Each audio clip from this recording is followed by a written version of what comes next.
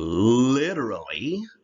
I'm Anthony Rosenberg, and today we're looking at commas. Now, I was going to do just one post, but there's so much information I've had to break it into a few different posts. So stay tuned, there'll be more. Starting off with commas, you need to know about coordination. There are two reasons that we would use commas in coordination. We'll only have time for one today. We need to know about ellipsis, how the commas work with ellipsis, and we need to know about subordination. We won't be looking at subordination today either. So we're going to look at one idea of coordination, how commas are used in coordination, and how they're used with ellipsis, but the rest will be for the future, so stay tuned. So what is coordination? Here is a dictionary definition for you.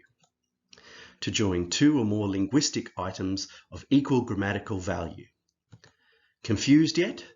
So sometimes these definitions are just as confusing as the word themselves. All right, so basically to join, so we're going to think about glue. If you think about the word glue, it'll help you understand. We're going to glue two things, two parts of language. Now these parts of language could be individual words or sometimes whole blocks of words of equal grammatical value. So when we look at them, they are grammatically the same. Yeah. Now that can get complicated. Some of it's easy, but some of it's complicated. All right, let's look at some examples. The first one is a nice easy one. A verb and a verb. A verb is the same as a verb. So run and jump. Yeah.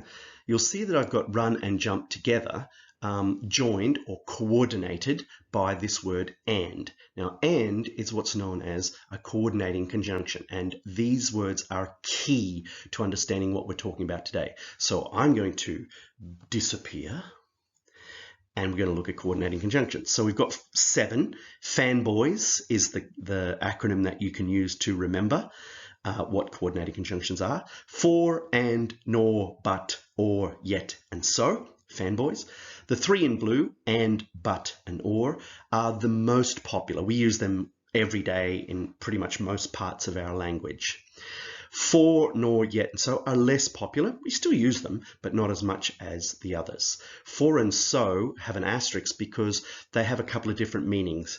And as coordinating conjunctions, for means because, and so means therefore or consequently. Now I know they have other meanings, but for them to be coordinating conjunctions, that's their meanings. Some other examples of coordination. We can join a noun and a noun, birds and bees. Birds is a noun, bees is a noun. Adjective and adjective, hot or cold. Here I've used the coordinating conjunction or to show an idea of contrast. Adverb and adverb, slowly yet firmly. So I've used the word yet, which is very similar to but in this case, slowly but firmly, slowly yet firmly, to show an idea of contrast as well. Independent sentences and independent sentences can be joined with coordination. I diet, which is my first sentence. I diet. Do you diet? Yes, I diet. That's an independent sentence because it can stand alone. And so I am hungry. I am hungry is the second independent sentence or clause, if you like. I'm hungry. I'm joining those with the coordinating conjunction so, which means therefore in this case. I diet, so I am hungry. And you'll see that there's a comma before the word so because when it has this meaning, it should have a comma. We'll get into that later on. When is coordination incorrect? When you try to join things that are not the same, like a verb and an adjective, you can't say, I run and happy. You have to say, I run and I am happy. So you'll need to have there a full sentence. You need to have the independent clause and the independent clause. You can't just join the verb run to the adjective happy. You can't join a noun and an adverb. For example, birds and quickly. I watch the birds and quickly. Doesn't make any sense at all. You can, however, join things that are not of equal grammatical value, but that is not what we call coordination. This is especially clear when we talk about joining sentences or clauses, parts of sentences. This is what we call subordination. We will not be covering that in this post. Look for other posts. I'm sure I've done it, or if I haven't done it yet, I'm on my way. Stay tuned. Ellipsis. Now, the other aspect of using commas is ellipsis. This is ellipsis, the three dots. Yeah, often we just call them three dots. They're very common in formal writing or technical writing. You'll often see them between parentheses. Yeah, some people call them brackets. I call them parentheses. But basically, the idea is to show something that is omitted or show omission of something. We're going to maintain the idea of showing the omission of something, but we're not going to use our three dots. The example is, I play tennis and soccer. Notice the coordinating conjunction and is joining the noun tennis to the noun soccer. But what we have created here is an ellipsis. It means I play tennis and I play soccer. So we use ellipsis to avoid that unnecessary repetition. I play tennis and I play soccer and I play golf and I play this and I play that. That constant repetition is not very good in English. It sounds a little childish, especially when it's spoken and even when written. So ellipsis is a great tool to remove those things that are really not necessary.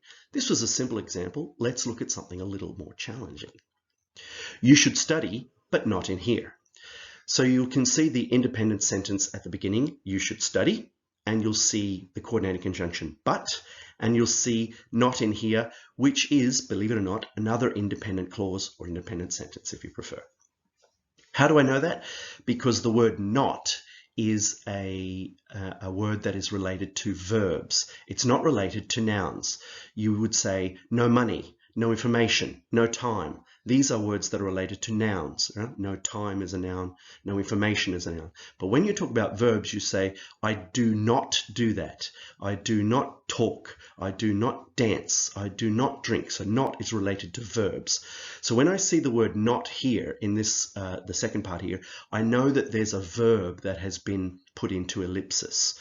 Now, this one is quite tricky because it's split. So you should study, but you should not study in here. It's a split ellipsis, or if you like, a double ellipsis. Why do we do this? Because we don't want to repeat it. You should study, but not in here. It's implicit, or you can understand that I mean you should not study in here. You'll see the use of the coordinating conjunction but, and there's a comma before it because 99.9% of the time that you use the word but, there's a comma before it. The only time that you don't usually use a comma before but is when it's used as except. Yeah, and the idea of except I. Everyone except I got a gift. So everybody, everyone except or but I got a gift. When it has that idea, we don't use a comma. But all the other times you should use a comma before the word but. That coordinating conjunction requires a comma. Not all of them require it. Let's have a look at some commas, shall we? The two main reasons, as I said, there are two. We won't be looking at both of them. The first one is to list three or more items. Those three or more items obviously will be items of equal grammatical value because we're talking about coordination. The other reason is when you want to join two independent sentences. Now, I would like to talk about it today, but there's no time. It'll be in another post. So we're not going to talk about that. We're only going to talk about today to list three or more items. There's a lot to talk about. Our example is, I like beer, wine, and rum. So I'm joining three ideas. These three ideas are three nouns. There are three items of equal grammatical value. So beer is a noun, wine is a noun, and rum is a noun. I've joined this using two ideas. I've used the coordinating conjunction and I've used the comma. We have ellipsis because we don't want to say I like beer and I like wine and I like rum unless you want to sound very repetitive and boring. So the ellipsis here, it's a double ellipsis and we have I like beer. The comma here takes on the role of the coordinator and it also takes on the role of showing you ellipsis. So it's got a double role here. That's why it's important to understand what coordination is and what ellipsis is, because the comma has a double role. It puts all of this into ellipsis and it joins the two nouns, in this case, beer and wine. in the idea of addition. I like this, this, and this, yeah? So we have ellipsis in the first one, and I like, and the second ellipsis shown by the coordinating conjunction, and puts I like into ellipsis. So you might say, well, what about if we have 3 items? Well, commas join the list of equal items, but it's not just 3. We could go on to 4 or 5. Let's have a look. I like beer, wine, rum, vodka, and whiskey. You guys are going to think I'm an alcoholic. You'll see here the same as the previous example. We've got 3 commas. I like beer, comma, wine, comma, rum, comma, and the coordinating conjunction vodka and whiskey. Yeah. So the same idea here is it just it represents and I like, and I like, and I like. The commas represent and I like, and I like, and I like. And the coordinating conjunction tells me there's an ellipsis of I like before whiskey. So coordination, joining things that are the same, and ellipsis, omitting things that are repeated. This is possible through using commas and coordinating conjunctions. Some people have asked me about putting a comma before the word and or after the word vodka in that particular example. Let's have a look at an easy way to understand this. If I say to you, I bought some shirts, blue, red, green, black, and white, I might ask you, how many shirts did I buy? Did I buy 5 or did I buy 4? So if I go red, let's see, where am I? Blue, red, green, black, and white. That's 5. Could be blue, red, green, black, and white. It could be a black and white shirt. It could be just one shirt that's black and white. So if I want you to understand that it's 4 shirts and I'm writing, I probably wouldn't put the comma. But if I want you to understand that it's 5 shirts, watch the magic. Did you see it? It's very small. I put a comma before and, so I've separated black and white. That way you know that there's a black shirt and there's a white shirt. In that case, it would be 5 shirts. So if your last 2 items, if there's a possibility in the last 2 items that there could be a confusion between them, are they the same thing or are they 2 separate things? Then you need to decide, well, if I put the comma in, people will understand they are separate things. But if I don't, there is a possibility that people will understand that it's the one thing. Now, going back to our example with vodka and whiskey, I'm not sure if people mix vodka and whiskey. I personally have never done that. I'm sure there's probably a cocktail that does that. But, you know, if there's a possibility that someone would be confused about that, then you might need the comma. Now I am going to change the second example, so pay attention. I'm going to change I like for I drink, and I'm going to change the coordinating conjunction. I've changed it to I drink beer, wine, rum, vodka, or whiskey. Now you might say, well, what's the big deal? So I want you to understand that the commas, in that case there are 3, they represent the joining of items of equal grammatical value, but they also represent the ellipsis. And in this case, it will be I drink beer, or I drink wine, or I drink rum, or I drink vodka, or I drink whiskey. So whatever that last item is, that last coordinating conjunction, the commas preceding it will represent the ellipsis of that particular coordinating conjunction. So it's not always and. It depends on what your coordinating conjunction is at between the last 2 items. If you're listing like this and you use or as the link between the last 2 items, then your comma represents an ellipsis of or and probably some other things. If you use and, then it represents an ellipsis of and. If you put in but, then it represents but. If you put in yet, then it represents yet. So in the list of things, that coordinating conjunction at the end tells you what your comma is putting into ellipsis. This is pretty important. So how about we do a little test? I've got some sentences here and you need to decide whether they are correct or incorrect. And maybe they're both, who knows? The first one. The light came on, flickered, and went out. Is it correct? It's possibly correct. We need to think about some things. We've got came on, which is a verb, a phrasal verb, flickered, another verb, and went out, another verb, another phrasal verb. So we've got three verbs. They are of equal grammatical value, and they are linked or joined by a comma and a coordinating conjunction. I don't think people would be confused by flickered and went out. Do we need to separate that with another comma? I don't believe so. So the answer is correct. All right, let's have a look at the second one. She loves apple, banana, and coconut. Now you have to be careful here because it looks like it could be the fruit, but the fact that it says she loves apple rather than she loves apples makes me believe that these are probably adjectives rather than nouns. So she loves apple ice cream, banana ice cream, and coconut ice cream. Because usually in English, we wouldn't say, I like apple. We'd say, I like apples, or I like an apple. It's possible, I like an apple. She loves an apple. Yep. But because it's apple in the singular, it seems like it is an adjective. So apple ice cream, banana ice cream, and coconut ice cream. Now, are we talking about three flavors of ice cream? Possibly, possibly not.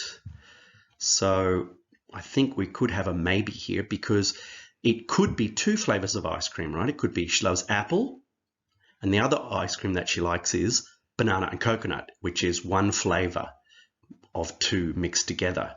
So it's not very clear. So if we were to put in the comma, then we would know, okay, it's three flavors that she likes, not two. So in that case, there could be confusion. In the third one, I saw the teacher, a doctor, and a liar. Tricky because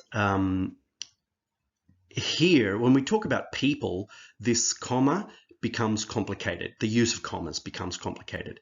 This is where we delve into the world of the Oxford comma, also known as the serial comma, kind of like the serial killer, because it can be very confusing. So here I could understand that the speaker is saying, I saw the teacher who is a doctor and a liar. So that could be one idea because we could have ellipsis of who is. But that changes the meaning from coordination into subordination. This is where appositives come into play. That'll be in another post. Look for that, probably in an Oxford comma post that I'll do later on. This is very confusing. So again, maybe if I were to put in the comma after doctor, as you can see there, it becomes clear that I saw three different people. But if there were no comma, it's highly possible that I understand that the teacher is a doctor and also a liar. Number 4, the movie was terrible, so I left.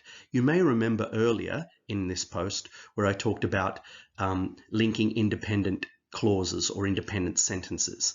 So I talked about I diet, so I'm hungry. So this one here is very similar. The movie was terrible, independent clause, independent sentence. And I left is also an independent sentence. I left, you can say that by itself, it stands by itself. And it's linked by the coordinating conjunction so. And so here has the meaning of therefore. So the sentence therefore is correct. Last one. I bought Coke, peanut butter, and chocolate. Is this correct? It depends. I think this might be a bit more cultural as well, because it depends if you have certain candies or chocolate candies in your country. So Coke, as in Coca-Cola, peanut butter, which is something that you can put on toast, and chocolate, which you can eat. Or it might be peanut butter and chocolate as one thing together. That depends on the culture. I've got something to show you shortly. So at the moment we'll say maybe, and if we were to put the comma in, it would be much clearer. So let's have a look at that idea of joining peanut butter and chocolate. I love this. I got it from the internet. It's one of those memes. So I bought Diet Coke, peanut butter, and chocolate. So if you have the comma, you have 3 items, Diet Coke, peanut butter, and chocolate. But I bought Diet Coke, peanut butter, and chocolate. There is actually a chocolate candy that you can buy called Reese's peanut something or other, peanut butter cups or peanut whatever they're called, and they look a bit like that, and they are peanut butter and chocolates. So without the comma, you could possibly understand that it is just 2 items. I know that's a stretch, yeah? All right, let's get rid of that. That's all for today. Remember, I'm going to do another post on commas in subordination, and I'll also do a post on the Oxford comma as well. So come back and see me again. That has been Literally, and I'm Anthony Rosenberg. See you next time.